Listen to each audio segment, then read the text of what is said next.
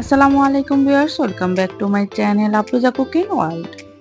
আজকের recipe caramel pudding. আশা করছি রেসিপিটি আপনাদের ভালো লাগবে। প্রথমে ক্যারামেল রেডি করে নেব। এখানে 3 টেবিল চামচ দিয়েছি চিনি, 2 টেবিল চামচ দিয়েছি পানি। এখন এইভাবে কিছুক্ষণ জাল দিতে থাকবো। যখন সাইড থেকে লাল হয়ে আসবে তখনই নেড়ে দেব। এখন অনবরত নেড়ে চেড়ে নিতে হবে, একদমই থামা যাবে না, নয়তো ক্যারামেলটা পুড়ে যেতে পারে। আর খেয়াল রাখতে হবে যে এরকম পছন্দের কালারটা চাচ্ছেন তার এক সেট আগেই কিন্তু চুলাটা অফ করে দিতে হবে। প্যানের গরমে পছন্দের কালারটা চলে আসবে। ক্যারামেল রেডি হয়ে গেছে। এখন যেই মোল্ডে পুডিংটা তৈরি করব ওই মোল্ডে ক্যারামেলটা ঢেলে নেব।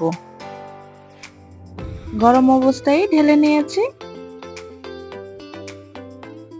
এখন চারপাশটা ঘুরিয়ে ক্যারামেলটা চারপাশটা ছড়িয়ে দেব। এই যে চারপাশটা ছড়িয়ে দেওয়া হয়ে গেছে। এভাবে রেখে দেব ঠান্ডা হওয়া পর্যন্ত।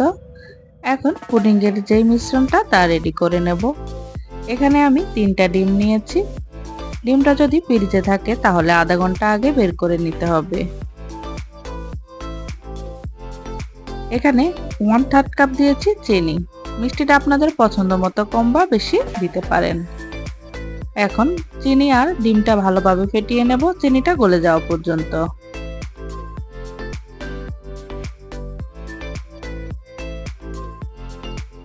এখানে 1 চা চামচ দিয়েছি ভ্যানিলা এসেন্স।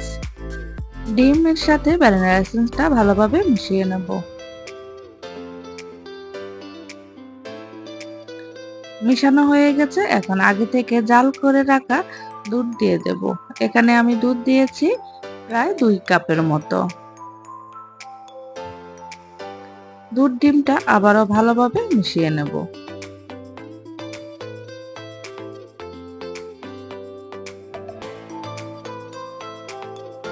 মিশানো হয়ে গেছে। এখন যেই বাটিতে ক্যারামেল সেট করেছি ওই বাটিটাতে ঢেলে নেব। দেখুন ক্যারামেলটা একদম সেট হয়ে গেছে। একটা ছাঁকনি দিয়ে ডিমের মিশ্রণটা ছেঁকে নেব। এতে করে কোনো লাম্পস থাকলে ছাঁকনির মধ্যে লেগে যাবে। এইভাবে ছেঁকে দিলে পুডিংটা খুব স্মুথ হয়। ছাঁকা হয়ে গেছে। দেখুন কতগুলো লাম্পস বের হয়েছে ডিমের। এখন একটা ঢাকনা দিয়ে ঢেকে নেব।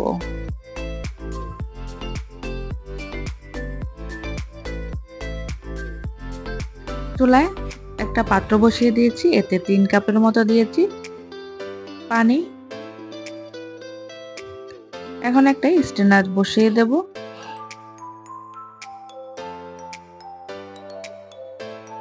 পুডিং এর বাটিটা এখন বসিয়ে দেব।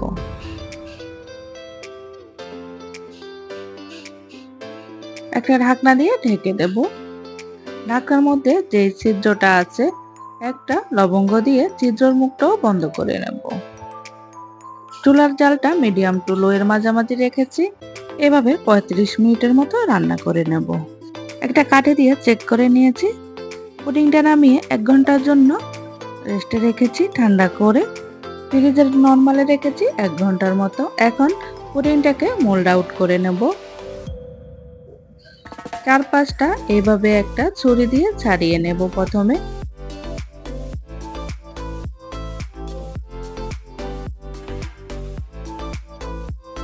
তারপর একটা প্লেট দিয়ে প্লেটের মধ্যে নিয়ে নেব।